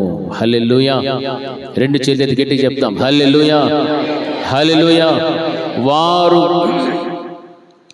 ప్రభువును రక్షకుడునైన యేసుక్రీస్తు విషయమైన అనుభవ జ్ఞానము చేత ఈ లోక మాలిన్యములను తప్పించుకున్న తరువాత, చూడండి, ఈ లోక మాలిన్యములను తప్పించుకున్నారు. దేని ద్వారా తప్పించుకున్నారంటే అది కూడా ప్రభువును రక్షకుడునైన యేసుక్రీస్తు విషయమైన అనుభవ జ్ఞానము చేతనే. యేసుక్రీస్తు ప్రభువు వారు లేకపోతే ఏ వ్యక్తికి రక్షణ లేదు, ఏ వ్యక్తికి కూడా పాపము నుండి విడుదల లేదు, వాని పాపానికి ప్రాయశ్చిత్తమే లేదు. ఆయన చిందించిన రక్తము ద్వారానే, నలగగొట్టబడినటువంటి శరీరము ద్వారానే ఈ రక్షణ అనేది దొరికారు. అందుకే ఆ రక్షణ అనుభవ జ్ఞానము చేత ఈ లోక మాలిన్యము తప్పించుకున్న తర్వాత మరలా పాత జీవితం, మరలా వాటిలో చిక్కుబడి వాటి చేత జయింపబడినటువంటి ఎడల, ఏ పాపముల నుండి మాలిన్యము నుండి బయటికి వచ్చాడో, తప్పించుకొని వచ్చాడో, మరలా వెనుకకు వెళ్ళి వెళ్ళినటువంటి ఆ చిక్కుబడినటువంటి వాటి చేత జయింపబడుతూ గనక ఉంటే వాని కడవరి స్థితి మొదటి స్థితి కంటే మరీ చెడ్డదైపోతుందని వాక్యం హెచ్చరిస్తోంది. మనం అనుకోవచ్చు, ఈరోజు నేను బాగానే ఉన్నాను అనుకోవచ్చు, కానీ నీ మొదటి స్థితి ఎలా ఉండిందో, అటువంటి శోధనలు సమస్యలు ఎదుర్కొన్నావో ఆ స్థితి కంటే కూడా నీ కడవరి స్థితి ఎలాగైపోతుంది, మరీ చెడ్డదైపోతుంది. మనం గమనించాలి. నా ప్రియమైనటువంటి దేవుని బిడ్డలారా, మన బుద్ధిపూర్వకంగా చేసే పాపములు ఎక్కడికి తీసుకొని వెళ్తాయి చూడండి. ఎంత భయంకరమైన పరిణామాలు తీసుకొని వస్తాయో ఒకసారి మనం ఆలోచన చేయాలి. ఈ పరిణామాలన్నింటినీ కూడా మనం తప్పించుకోవాలి. ఇందులో మనం పడి చావకూడదు. నిశ్చయముగా చచ్చేది అని ఆదాము అవ్వలతో చెప్పాడు. మరి ఆ చావు అనేటువంటిది ఆత్మీయ జీవితానికి రాకూడదు. ఆ ఆత్మీయ జీవితానికి, ఆత్మకు ఆ చావు అనేటువంటిది కనుక వస్తే నిత్య నరకము తప్ప పరలోక రాజ్యం అనేటువంటిది ఉండదు. వాక్యం అదే సెలవిస్తుంది.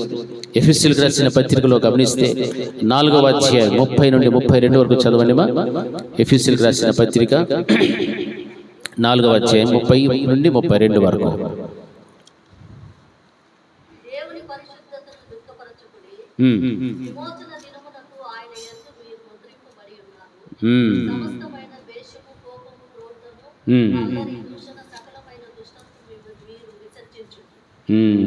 హల్లెలూయా, హల్లెలూయా, హల్లెలూయా. చూడండి, ఇక్కడ రాసినటువంటి ఈ మాటల్లో మనం గమనిస్తే ఎంత ముఖ్యమైనటువంటి విషయాలు మనకి ఇక్కడ గమనిస్తున్నాం. చూడండి, 4వ అధ్యాయంలో 30 నుండి 32 వరకు మనం గమనిస్తే దేవుని యొక్క ఆత్మను దుఃఖ పెట్టకూడదు అనేటువంటి విషయాన్ని మనం ఇక్కడ ప్రస్తావిస్తున్నాం.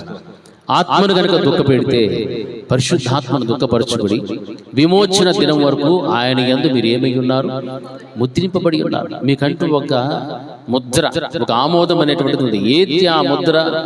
నీవు యేసుక్రీస్తు ప్రభువు వారి యొక్క రక్తము ద్వారా అడుగుబడిన వ్యక్తివి, ఆ రక్తము ద్వారా నీవు రక్షించబడినటువంటి వ్యక్తివి అనేటువంటి ముద్ర నీకు ఉంది. ఆ ముద్ర నీకు ఆమోదించబడి ఉన్నది కాబట్టి పరిశుద్ధాత్మ నువ్వేం చెయ్యొద్దు, ఏం చేయకూడదు. ఈ పక్క ఎవరు చెప్పడం లే, పరిశుద్ధాత్మను ఏం చేయకూడదు, దుఃఖపరచకూడదు. ఎలా దుఃఖపరచకూడదు మీకు ఆలోచన రావచ్చు. మనం బుద్ధిపూర్వకంగా చేసే పాపాలని బట్టి, మనలో ఉన్న శారీరక బలహీనతలను బట్టి, మన నోటి మాటలను బట్టి, ఆ కింద వ్రాయబడి చూడండి, సమస్తమైన ద్వేషము, కోపము, క్రోధము, అల్లరి దూషణ, సకలమైన దుష్టత్వము మీరు ఇవన్నిటిని బట్టి నువ్వు ఎవరిని దుఃఖపెడుతున్నావు? జనరల్గా మనం చూస్తే భర్త భార్యనో, భార్య భర్తనో, తల్లిదండ్రులు పిల్లలనో, పిల్లలు తల్లిదండ్రులనో అనుకోవచ్చు. ఇవన్నీ మనలో ఉంటే మనకంటే, మన కుటుంబంలో ఉన్న వ్యక్తుల కంటే మొట్టమొదటి నువ్వు ఎవరిని దుఃఖపెడుతున్నావు? పరిశుద్ధాత్మ. హల్లెలూయా. ఎవరిని దుఃఖపెడుతున్నారు? నోరు తెరండ్రా. ఎవరిని దుఃఖపెడుతున్నారు? పరిశుద్ధాత్మను దుఃఖపెట్టేటువంటి వారు. అందుకే వాక్యం ఏమంటుందంటే, ఆత్మను మీరు దుఃఖపరచకండి, ఆత్మను దుఃఖపరచొద్దు. మీలో ఈ విధమైనటువంటి అలవాట్లు, ఈ విధమైన గుణగణాలు ఉంటే, ద్వేషము, కోపము, క్రోధము, అల్లరి, దూషణ, సకలమైన దుష్టత్వం మీరు విసర్జించాలి. విసర్జిస్తూ మీరు ఏం చేయాలి తెలుసా? ఒకని ఎడల ఒకడు దయ కలిగి కరుణాహృదయులై క్రీస్తునందు దేవుడు మిమ్మల్ని క్షమించిన ప్రకారము మీరును ఒకరినొకరు ఏం చేసుకోవాలా? క్షమించుకోవాలి. హల్లెలూయా. హల్లెలూయా. ఒకరిలో ఉన్న పాపాన్ని మరొక ఎత్తు చూపిస్తారు. అది మానవుని యొక్క నైజం. వానిలో ఉన్నటువంటి పాపాన్ని వాడు చెప్పడం, ఇంకొకరిలో ఉన్న పాపాన్ని గురించి మాత్రము మాట్లాడుతూ ఉంటాడు. అయితే వాక్యం ఏమంటుంది? ఇటువంటివన్నీ కూడా సకలమైన దుష్టత్వము, ఈ కోపము, ద్వేషము, అల్లరి, దూషణ, ఇవన్నీ కూడా మీరేం చేయాలి? మొదట విసర్జించండి. దీన్ని విసర్జించండి మొదట. అప్పుడు దేవుడు మిమ్మల్ని ఎలాగైతే మీ ఎడల దయ కలిగి కరుణాహృదయులై క్రీస్తునందు దేవుడు మిమ్మల్ని క్షమించిన ప్రకారం మీరును ఒకరినొకడు ఏం చేసుకోమన్నాడు? క్షమించుకోమంటున్నాడు. హల్లెలూయా. క్షమాపణ, క్షమించేటువంటి గుణం మనకు ఎంతమందికి ఉంది? మనం అందరినీ కూడా ఏం చేయాలా? ఈ గుణం ఎవరిలో ఉంది? ఉందా లేదా?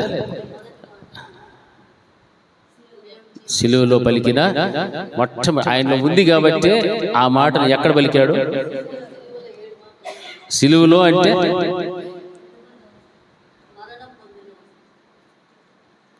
మరణమైపోయేటువంటి స్థితిలో, గాయాలు రేపబడి రక్తం కారుతా అంత దయనీయమైన స్థితిలో ఉన్నప్పుడు కూడా ఆయన నోట నుండి వచ్చిన మాట ఏమిటి? క్షమాపణ. హల్లెలూయా. క్షమాపణ. అక్కడ కూడా సువార్త చెప్పాడు దేవుడు. తండ్రి, వీరేమి చేయుచున్నారో వీరు ఎరుగురు గనక వీరిని క్షమించుడి. అక్కడ ఒక సువార్త. మరి మనం చేస్తామా? మనల్ని ఎవరైనా ఏమనంటే సువార్తకు బదులు ఏం వార్తలు వస్తాయి మన నోట్లో? ఇది చెప్పాల్సిన పని లేదు. హల్లెలూయా. కరెక్టే అక్క చెప్పేది. హల్లెలూయా. అప్పుడు సువార్త వస్తుందా? మనకి రాదు. సువార్త వచ్చే ప్రసక్తి లే. కానీ యేసుకి మాత్రం సువార్త ప్రకటించాడు. అందుకే మనుషులు ఉండేటువంటివి ఏమిటంటే ద్వేషం ఉంటుంది, కోపం ఉంటుంది, క్రోధం ఉంటుంది, అల్లరి, దూషణ, సకలమైన దుష్టత్వం. మీరు మొట్టమొదటి ఏం చేయాలన్నాడు? మీరు ఆత్మను దుఃఖ పెట్టకుండా ఉండాలి అంటే ఇవి మీలో ఉంటే వాటిని మీరేం చేయాలా? విసర్జించండి. అప్పుడే సంఘమైనా కట్టబడుతుంది, కుటుంబమైనా కట్టబడుతుంది, వ్యక్తిగత ఆధ్యాత్మికమైన జీవితమైనా కట్టబడుతుంది. హల్లెలూయా. ఇవి కట్టబడాలి అంటే మనలో మనము దాచుకున్న, దాగి ఉన్న ఈ ద్వేషము, కోపము, క్రోధము, అల్లరి, దూషణ, సకలమైన దుష్టత్వం మొట్టమొదటి నీవు విసర్జించిన వ్యక్తివే అయితే నిన్ను నీవు ఆత్మీయతలో కట్టుకుంటూ వెళ్తావు. వాటిని అలాగ నీవు దాచిపెట్టుకొని వాటితో నీవు జీవిస్తూ బుద్ధిపూర్వకంగా నీవు మరలా పాపాలు చేస్తూ మరలా ఇక్కడికి వచ్చి మోకాల్లో నీ ప్రార్థన చేసినంత మాత్రాన ఏమీ ప్రయోజనం లేదు. హల్లెలూయా. ఏమైనా ప్రయోజనం ఉందా? పోయిన వారం కూడా చెప్పుకున్నాం కదా, దేవుని మందసం తెచ్చుకున్నారు కానీ వారికి యుద్ధంలో విజయం లేదు. ఏం కారణం అంటే మొదట వారు చేయాల్సిన కార్యం చేయలేదు. దేవుని పాదాల చెంత పశ్చాత్తాపపడి ఆయనకు తిరస్కరించిన విధానాన్ని బట్టి క్షమాపణ పొందుకొని ఆ తర్వాత దేవుని మందసాన్ని వారు తెచ్చుకుని ఉంటే వారు ఖచ్చితంగా దేవుడు ఏమి ఇచ్చిండేవాడు? వారు మరలా సమూయేలు ప్రవక్త దగ్గరికి వెళ్ళి, నీవు మా కోసం ఏం చేయాలా? ప్రార్థన చేయి, మేము యుద్ధానికి వెళుచున్నాము అని దేవుని వైపు వారు తిరిగిన తర్వాత, వారిలో ఉన్నటువంటి విగ్రహారాధనను విడిచిపెట్టిన తర్వాత, ఆ యొక్క బయలు దేవతల నుంచి విడుదల కలిగిన తర్వాత, ఆ యొక్క ప్రవక్త మాటలు విని దేవునికి భయపడి లోబడిన తర్వాతనే ఆ యుద్ధంలో వారికి ఏమొచ్చారు? విజయం వచ్చారు. అలాగనే కుటుంబ వ్యవస్థలోనైనా సంఘములోనైనా ఒక కుటుంబం కట్టబడాలి, ఒక ఆధ్యాత్మికమైన జీవితం, ఒక విశ్వాస జీవితం నిలబడాలి, స్థిరపడాలి అంటే ఈ కార్యాలు ఏవి కూడా ఆ వ్యక్తిలో కానీ, కుటుంబంలో కానీ, సంఘంలో కానీ ఉండకూడదు. హల్లెలూయా. అది ఏ పరిస్థితులను బట్టి అయినప్పటికీ కూడా సరే, సాతానుడు సులువుగా వచ్చి అక్కడ పెడతాడు, ఏదో ఒకటి తీసుకొని వచ్చి పెడతాడు. అయినా దానిని మనం ఏం చేయాలి అంటే జయించాలి. దాన్ని మనం జయించాలి. బుద్ధిపూర్వకంగా పాపం చేయడానికి మాత్రం అడుగు ముందుకు వేయకూడదు. అలాగ వేయకుండా ఉండాలి అంటే ఈ కోపమునైనా, ఈ సకల విధమైన దుష్టత్వమునైనా వాటి అన్నిటి కూడా విడిచిపెట్టేసి ఆ తరువాత ఒకని ఎడల ఒకడు దయ కలిగి, ఒకని ఎడల ఒకడికి ఏముండాలి? దయ కలిగి కరుణాహృదయులై క్రీస్తునందు దేవుడు మిమ్మును క్షమించిన ప్రకారము మీరును ఒకరినొకరు క్షమించుకొనుడి. హల్లెలూయా. ఈ క్షమాపణ గుణం అనేటువంటిది మన అందరిలో కనుక ఉంటే ఇక మనతో ఎవరు కొట్లాడే వాళ్ళు ఉండరు, జగడాలు ఉండవు, అల్లరి ఉండదు, ద్వేషం ఉండదు, కోపం ఉండదు, క్రోధం ఉండదు, సకల విధమైన దుష్టత్వం ఏమాత్రము కూడా ఉండదు. ఆ ఇంటిలో ఆ వాటికి స్థానమే లేదు. హల్లెలూయా. హల్లెలూయా. అవునంటారు కాదంటారా? కానీ మనం వాటిని ఏం చేస్తాము? విసర్జించాం. కోపాన్ని విడిచిపెట్టు, పాపము చేయొద్దు అంటే లేదు, నేను వీటిని అట్లే పెట్టుకుంటా. క్రోధం ఉండకూడదు, లేదు నేను అట్లే పెట్టుకుంటా. సకల విధమైన దుష్టత్వం అట్లా ఉంటుంది నాకు. ఆదివారం వస్తా అన్నీ చేస్తా, ఏం ప్రయోజనం? ఏమీ ప్రయోజనము? నీ శరీరానికి సంతోషం వస్తుంది తప్ప ఆత్మకు దుఃఖమే. ఆత్మను దుఃఖ పెట్టకూడదు. నీలో ఉన్న దేవుని ఆత్మను దుఃఖ పెట్టద్దు. ఆత్మను ఆర్పివేయడానికి ప్రయత్నం చేయొద్దు. ఆత్మను నీవు ఆర్పుతూ దుఃఖ పెడుతూ అలాగే వెళ్తున్నావంటే నీవు బుద్ధిపూర్వకంగా పాపములో ఉన్నావు అని అర్థం. హల్లెలూయా, హల్లెలూయా. అవునా కదా? బుద్ధిపూర్వకంగా పాపం చేస్తే నీకు మిగిలేది అగ్ని ఒక్కటే. ఇక నీకు బలి అనేటువంటిది లేదు. బలిపోయాలి, అగ్ని మిగిల్చుకున్నావు. మిగిల్చుకున్నటువంటి అగ్నిని బట్టి ఏం ప్రయోజనం? నువ్వేం చేస్తే ఏం ప్రయోజనం? ఏమీ లేదు. అందుకే ఇక్కడ ఏమంటున్నాడంటే వీటన్నిటిని కూడా విసర్జిస్తే ఆ తర్వాత ఒకరి ఎడల ఒకడు దయ కలిగి కరుణా హృదయులై. కొంతమంది హృదయంలో ఏముండదు? కరుణ ఉండదు, దయ్యం ఉండదు. అందుకే ఆ మాటలు అక్కడ రాసిపెట్టాడు. క్షమాపణ, క్షమించడం అనేటువంటిది నీలో నుండి రావాలి అంటే మొదట నీకేముండాలా? దయ కలిగి ఉండాలి. ఒకరి ఎడల ఒకరు దయ. భర్త భార్య ఎడల, భార్య భర్త ఎడల, తల్లిదండ్రులు బిడ్డల ఎడల, బిడ్డలు తల్లిదండ్రుల ఎడల, ప్రతి స్థలంలో కూడా దయ, కరుణా హృదయం కలిగి ఒకరినొకడు ఏం చేసుకోమంటున్నాడంటే క్రీస్తునందు దేవుడు మిమ్మును క్షమించిన ప్రకారం. మనలో ఎన్నో తప్పిదాలు ఉన్నాయి, ఎన్నో దోషములు ఉన్నాయి. అయినా ప్రభులు వారు మనల్ని క్షమించి ఆయన సన్నిధికి వచ్చిన తర్వాత ఆయన రక్తముతో మనల్ని కడిగి పవిత్రపరిచి ఒక సంఘములో మనల్ని చేర్చాడు. ఆయన ఎలాగైతే కరుణ కలిగి దయ కలిగి మనల్ని క్షమించాడో ఆయన క్షమించిన ప్రకారముగా మీరును ఒకరిని ఒకరు ఏం చేసుకోమన్నాడు? క్షమించుకోమని చెప్తున్నాడు. హల్లెలూయా, హల్లెలూయా. ఒకరినొకరు ఏం చేసుకోవాలా? క్షమించుకో. అంతేకాని ద్వేషం పెట్టుకోవద్దు, కోపపడద్దు, క్రోధం పెంచుకోవద్దు, అల్లరి చేయొద్దు, దూషించవద్దు. సకల విధమైనటువంటి దుష్టత్వము కూడా నువ్వేం చేయాలా? పూర్తిగా విసర్జించేయి. అది నీ దేవుడు నేర్పించేటువంటిది. దేవుడి సన్నిధానికి వచ్చినటువంటి నీవు ఆయన మాటలు విన్నంతసేపు బాగానే ఉంటుంది. మరలా ఇవన్నీ అలాగ దాచిపెట్టుకోకపోతే ఈ హృదయం అంతా చీకటిగానే ఉంటుంది తప్ప వెలుగనేటువంటిది ఉండదు. దేవుడు నీలో ఉంటే వెలుగు ఉంటాడు, సాతానుడు ఉంటే చీకటే ఉంటాడు. ఇవన్నీ సాతానుకు సంబంధించినటువంటి గుణగణాలు. ద్వేషం, కోపం, క్రోధం, ఇవన్నీ కూడా ఇవి మనలో ఉండటానికి మనము అవకాశం ఇవ్వద్దు. హల్లెలూయా, హల్లెలూయా.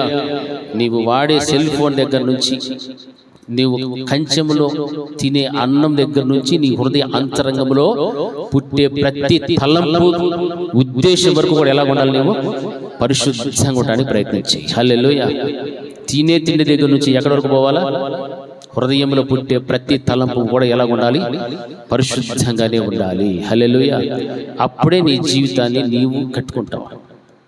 నీ జీవితం బాగుపడుతుంది, నీ ఇల్లు బాగుపడుతుంది, నీ కుటుంబం బాగుంటుంది, నీ సంఘం బాగుంటుంది, అన్నీ బాగుంటాయి. నీ పనిచేసే చోట ఎక్కడైనా కూడా. కానీ నీలో ఉన్న పరిశుద్ధతను చూచి నీ దగ్గరకు కొంతమంది వస్తారు. వారు కూడా పరిశుద్ధతలో నడిపిస్తావు. నేను దేవుడు మాదిరికరంగా పెడతాడు. ఆ విధమైనటువంటి సాక్ష్యం నువ్వు సంపాదించుకోవాలి. కానీ నీ ఉన్నటువంటి కుటుంబంలో, సంఘములో, సమాజంలో ఎక్కడ కూడా మంచి సాక్ష్యము లేకుండా బ్రతికితే నీవు బుద్ధిపూర్వకంగా ఏం చేస్తూ ఉన్నావు? పాపములు చేస్తూ ముందుకు వెళుచూ ఉన్నావు దాని అర్థం. హల్లెలూయా. అది మానేసుకోవాలి. అది మానేసుకుంటేనే మన కొరకు చిందించబడినటువంటి ఆ రక్తము, ప్రోక్షింపబడినటువంటి హృదయముల వల్ల దేవుడు మన పవిత్రపరిచి పరిశుద్ధతలోనికి తీసుకుని వస్తాడు. లేదు నేను అలాగే బుద్ధిపూర్వకంగా నేను పాపములోనే ఉంటాను అని అంటే నీ కొరకు ప్రాణ పెట్టినటువంటి ఆ దేవుని నువ్వేం చేస్తున్నట్లు నీ పాదముల కిందేసి తొక్కుతూ ఉన్నావు అని అర్థం. హల్లెలూయా. ఆయన రక్తమును పరిశుద్ధపరచబడటానికి నిబంధన రక్తమును కాచాడు కదా, ఆ రక్తము నువ్వేం చేస్తున్నావని అపవిత్రపరుస్తూ ఉన్నావు. కృపకు మూలమై ఉన్నటువంటి ఆయన యొక్క ఆత్మను నువ్వేం చేస్తున్నావు? తిరస్కరిస్తూ ఉన్నావు.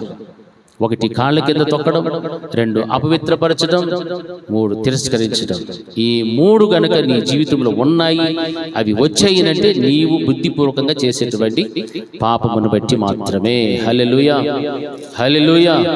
కాబట్టి నా ప్రియమైనటువంటి దేవుని బిడ్డలారా, జీవము కలిగినటువంటి దేవుని చేతిలో పడుట భయంకరమైన వాక్యం సెలవిస్తుంది. ఈ విధమైన బ్రతుకులో ఉంటే ఎవరి చేతిలో పడతామో ఆ దేవుడు ఎవరు? జీవము గల దేవుడు. జీవము గల దేవుని చేతిలో పడుట భయంకరం. ఆ భయంకరమైన స్థితిలోనికి వెళ్ళొద్దు. న్యాయమైనటువంటి తీర్పులో నీవు నిలవబడినప్పుడు ఎక్కడికి వెళ్ళిపోవాలా? ఎక్కడికి వెళ్ళిపోవాలి? పరలోకానికి వెళ్ళిపోవాలి. మన నోరులు తెరలేదంటే ఏమో నాకు వస్తుందో రాదు అన్నట్టుగా నన్ను చూస్తూ ఉంటాను. గోధుమల్లాగా ఉండాలన్నా గురుగుల్లాగా ఉండాలన్నా? ఎంతమందికి ఇష్టమో? గోధుమల్లాగా ఉంటే ఏడ చేర్చబడతారో, గురుగులైతే అంతే. హల్లెలూయా. పరిశుద్ధులుగా ఉండాలా పాపుల్లాగా ఉండాలా? ఎంతమంది? హల్లెలూయా, హల్లెలూయా, హల్లెలూయా. మనం గోధుమల వల్లే ఉండాలి, పరిశుద్ధుల్లా జీవించాలి. ఈ గొర్రె లాంటి స్వభావమే మనం కలిగి జీవించాలి. కానీ బుద్ధిపూర్వకంగా మాత్రము, బుద్ధిపూర్వకముగా, నేను చెప్పింది చెప్తారు మిస్సుడు, బుద్ధిపూర్వకముగా గట్టిగా చెప్పచ్చు. మీరు ఏమి సైలెన్స్ ఏం లేదు. బుద్ధిపూర్వకముగా పాపము చెయ్యను. చేస్తే ఏముంటుంది? అగ్ని. హల్లెలూయా. అగ్ని కావాలంటే ప్రొసీడ్. లేదు, నాకు బలి పశువుగా మారిన యేసుక్రీస్తు ప్రభు రక్తమే నాకు కావాలి, విమోచించబడి రక్షించబడిన ఆ స్థితే నాకు కావాలి అంటే నీవు బుద్ధిపూర్వకంగా పాపం చేయడం మానే. నీలో ఉన్న కల్మషము, క్రోధము, కోపము, సకల విధములైన దుష్టత్వము, దూషణ, ఇవన్నీ కూడా ఏం చేసేసుకోవాలా? విసర్జించుకో. అప్పుడు నీవు యేసయ్యని ఏడ పెట్టుకుంటావు? భుజాల మీద పెట్టుకుంటావు. హల్లెలూయా. ఆయన మోస్తావు, లేదంటే నీ పాదాల కింద వేసి తొక్కుతావు. ఆయన రక్తాన్ని నీవేం చేస్తావు? పవిత్రంగా ఎంచుకుంటావు. పరిశుద్ధాత్మను నీవు దుఃఖపెట్టావు. ఈ 3 కార్యాల్లో నీవు ఎక్కడున్నా ఏమైనా పొరపాటున పడిపోయావేమో చూసుకో. దేనివల్ల పడిపోయావో కూడా ఒకసారి ఆలోచించి, ఫలానా కార్యాన్ని బట్టి ఈ విధమైన స్థితి నాకు వచ్చేసేది, ప్రభువా నన్ను కనికరించు, నన్ను క్షమించు నాయనా అని పాదాలు చెందపడి మోకరించి ఏడ్స్తే ఖచ్చితంగా దేవుడు నిన్నేం చేస్తాడు? కనికరించగలుగుతాడు. ఆయన నిన్ను ఎలాగైతే క్షమించాడో నీ పాపములను బట్టి, అలాగే మనము కూడా ఒకరి ఎడల ఒకరు ఏం కలిగి ఉండాలమ్మా? దయ కలిగి కరుణాహృదయులై ఒకరినొకడు క్షమించుకోవాలి. మనలో హృదయం కఠినంగా పెట్టుకుంటే క్షమించలేదు. ఆ హృదయం కఠినమైనటువంటి ఘోరమైన వ్యాధి అని వాక్యమే చెప్తాడు. మోసము ఘోరమైన వ్యాధి. అటువంటి దానిని కూడా దేవుడు ఏం చేస్తానన్నాడు? మెత్తని మాంసపు గుండెగా నేను చేస్తానని చెప్పాడు. కఠినమైనటువంటి హృదయములను సైతము కూడా బద్దలు చేసేటువంటిది ఏంటి? దేవుని యొక్క వాక్యమే. హల్లెలూయా, హల్లెలూయా. బద్దలు చేస్తారు, మెత్తని మాంసపు గుండెగా మారుస్తారు. ఈ వాక్యము బలమైనటువంటిది, 2 అంచులు కలిగినటువంటి వాడినటువంటిది. దీనికి ఎదురు ఏది కూడా నిలబడలేదు. కాబట్టి ఈ వాక్యమైన దేవుడు మనకున్నప్పుడు ఈ వాక్యాన్ని వింటున్నాం, వాక్యానుసారంగా బ్రతకటానికి మనము ఇష్టపడాలి. హల్లెలూయా. అప్పుడే బుద్ధిపూర్వకంగా నీవు పాపము చేయకుండా ఆ పాపములో కొనసాగితే వచ్చే పరిణామాల నుంచి నీవు తప్పించబడి దేవుని కుమారుడుగా, కుమార్తెగా ఆయన సన్నిధానంలో చేర్చబడగలుగుతావు. దేవుడు ఆ కృపను మనందరికీ అనుగ్రహించునుగాక. ప్రార్థన చేసుకున్నాం. దయచేసి అందరూ కూడా మోకరించి మన జీవితాల్లో బుద్ధిపూర్వకంగా ఒకవేళ మనం పాపం చేస్తూ ఉన్నామేమో ఒకసారి మళ్ళీ మనం పరిశీలించుకుందాం.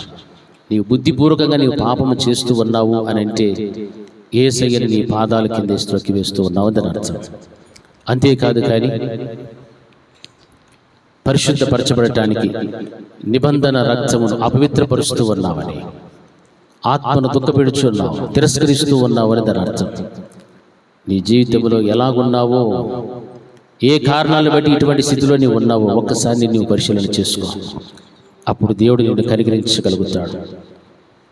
ఆ దేవుని యొక్క కృప నీకు తోడుగా ఉండగలుగుతుంది. అందరూ కూడా ప్రార్థన చేద్దాం. ప్రతి ఒక్కరు కూడా మన నోళ్ళని విప్పి, ప్రభువా నేను ఫలానా పరిస్థితిలో నేనున్నాను తండ్రి, ఒకవేళ నా జీవితంలో మిమ్మల్ని ఈ విధమైనటువంటి పరిస్థితుల్లో తీసుకొచ్చి నాయన మిమ్మల్ని దుఃఖపెట్టేటువంటి స్థితిలో నేను ఉన్నానేమో, నన్ను క్షమించండి ప్రభువా, నన్ను క్షమించండి నాయన, నన్ను క్షమించండి అని మనమందరము కూడా మన 2 చేతులు ఎత్తి మన పెదవులు విప్పి మన హృదయాన్ని దేవుని వైపు చూపెట్టి, ప్రభువా నన్ను కనికరించండి, నాలో ఉన్నటువంటి తప్పిదములన్నిటినీ కూడా నాకు ఎత్తి చూపెట్టావు ప్రభువా, నన్ను క్షమించండి, మీ రక్తముతో నన్ను కడగండి, శుద్ధీకరించండి ప్రభువా, నన్ను శుద్ధిని చేయండి, పరిశుద్ధపరచండి అని మనం ప్రార్థన చేస్తే ఖచ్చితంగా దేవుడు నీతో మాట్లాడతాడు. మీరు ఇచ్చినటువంటి హెచ్చరికలను ప్రభా మేమందరం కూడా విని ఉన్నాం. బుద్ధిపూర్వకంగా పాపము చేయకూడదని, ఇక అగ్ని మిగులుతాదని చెప్పి ఉన్నావు ప్రభా. అగ్నికి ఎవరు కూడా పాత్రలు కాకూడదు. మీరు మా కొరకు బలిపశువుగా మారి చిందింపబడిన మీ రక్తము చేత దేవా మేమందరూ కూడా పవిత్రపరచబడాలి, పరిశుద్ధతలో ఉండాలి. మా జీవితం అంతా కూడా పరిశుద్ధంగానే జీవించాలి. అటువంటి ఉన్నతమైనటువంటి పరిశుద్ధతను ప్రభా మేము కలిగి మీ ఆత్మను దుఃఖపెట్టకుండా మిమ్మల్ని సంతోషపెడుతూ ప్రభా మాలో ఉన్నటువంటి బుద్ధిపూర్వకమైన పాపములన్నిటిని కూడా మేము విసర్జించడానికి నాయన మీరు మాకు సహాయం చేయండి, కృపను అనుగ్రహించండి ప్రభా. ఆ బుద్ధిపూర్వకమైనటువంటి పాపముల ద్వారా మిమ్మల్ని పాదముల కింద వేసి త్రొక్కినట్లు పరిశుద్ధపరచబడటానికి మీరు చిందించిన నిబంధన రక్తమును పరుస్తూ ఉన్నాం. అంతేకాకుండా ప్రభా కృపకు మూలమైనటువంటి ఆత్మను తిరస్కరించేటువంటి పరిస్థితుల్లో ఉన్నాం. అటువంటి పరిస్థితులు ఏ ఒక్కరిలో కూడా ఉండకూడదు. మీ యందు భయము కలిగి, భక్తి కలిగి మీ మార్గముల యందు నడవటానికి మీరు కృప చూపెట్టమని ప్రార్థన చేస్తున్నారు. నీ కృపతోనైనా బిడ్డలందరినీ కూడా మీరు జ్ఞాపకం చేసుకోమని, కన్నీరు కాచి ప్రార్థించిన బిడ్డలందరినీ కూడా మీరు చూచినది. ఎవరైతే ప్రభు పశ్చాత్తాప హృదయంతో ప్రార్థిస్తున్నారో బిడ్డలందరి మీద కూడా మీ కృప సదాకాలంలో ఉంచమని ప్రార్థిస్తున్నారు. మీ నామమునకు మహిమ కలిగినట్లుగా బిడ్డల జీవితాల్లో మీ గొప్ప కార్యాలు జరిగించమని యేసు నామములో ప్రార్థిస్తున్నాము తండ్రి, ఆమేన్. నా ప్రాణమా యెహోవాను సన్నతించుము, నా అంతరంగమునందున్న సమస్తమైన పరిశుద్ధ నామమును సన్నతించుము. నా ప్రాణమా యెహోవాను సన్నతించుము, ఆయన చేసిన ఉపకారములలో దేనిని మరొకము. ఆమేన్. మన తండ్రి అయిన దేవుని ప్రేమయు, ఆయన కుమారుడైన యేసుక్రీస్తు యొక్క కృపయు, పరిశుద్ధాత్మ దేవుని యొక్క అన్యోన్య సహవాసం ఇప్పుడు ఎల్లప్పుడూ నిత్యం నిరంతరం సదాకాలం ఆయన కృప సమాధానం మనకు, మన కుటుంబములకు, అనారోగ్యముతో ఉన్న బిడ్డలకు ఆయన కృప సదాకాలము తోడి నడిపించునుగాక. ఆమేన్, ఆమేన్, ఆమేన్. అందరికీ వందనాలు.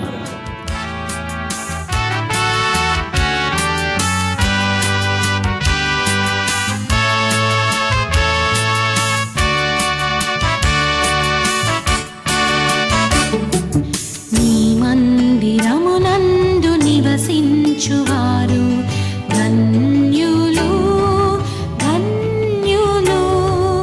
నీ వలన బలమొందువారు ధన్యులు.